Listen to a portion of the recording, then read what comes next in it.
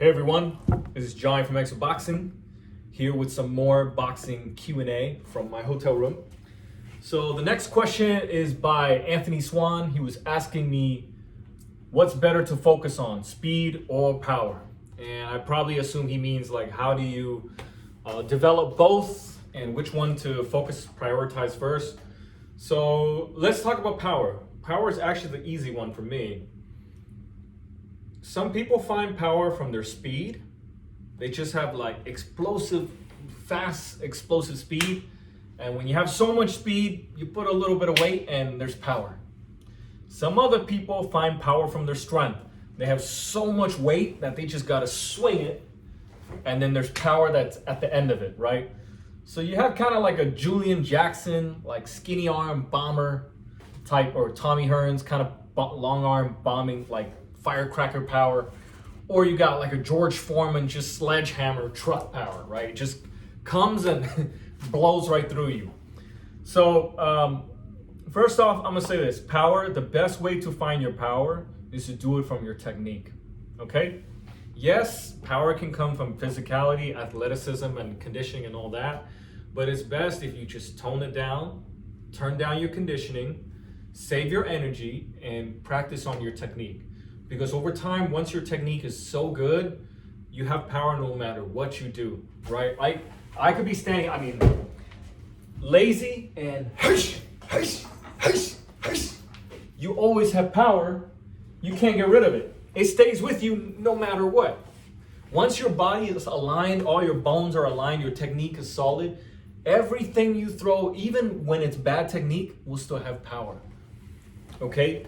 But if you're trying to find power through physicality, what ends up happening is you overexert yourself, you throw yourself off balance, you're not thinking, you're just fighting emotionally, just swinging your arms, and then you just get tired. Then once you get tired, your technique falls apart even worse.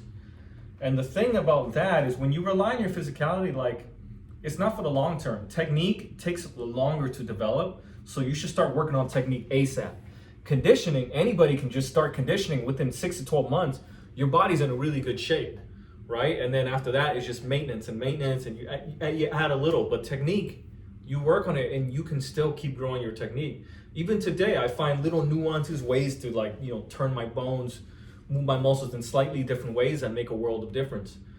But your conditioning, if anything, once you get to a certain point, all you can do is maintain. That's it. You can't really keep getting stronger. It doesn't work that way, and doesn't need to work that way.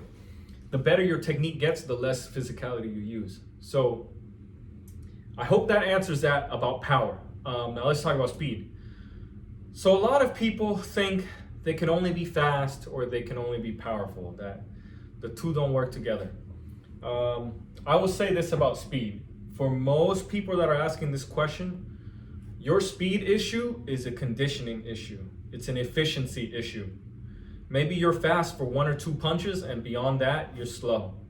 So, and the problem with speed too is that when people they focus so much on speed, they end up building bad habits. So they wreck their technique. So at best, they're going faster, but in slow motion, their faster movement is, the hands are out of place, they're not turning over, things are not out of alignment, they're just, that kind of speed doesn't help you at all. There's no technique to it, that you're not really aligning your bones. It doesn't matter if you hit someone hard, hit someone with that.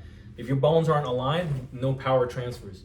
So I would say this, first you gotta work on your conditioning, right? Through things that don't even have to be boxing. Could be speed bag, tons and tons and tons of speed bag. You gotta do that. A lot of jumping rope for your cardio conditioning, okay?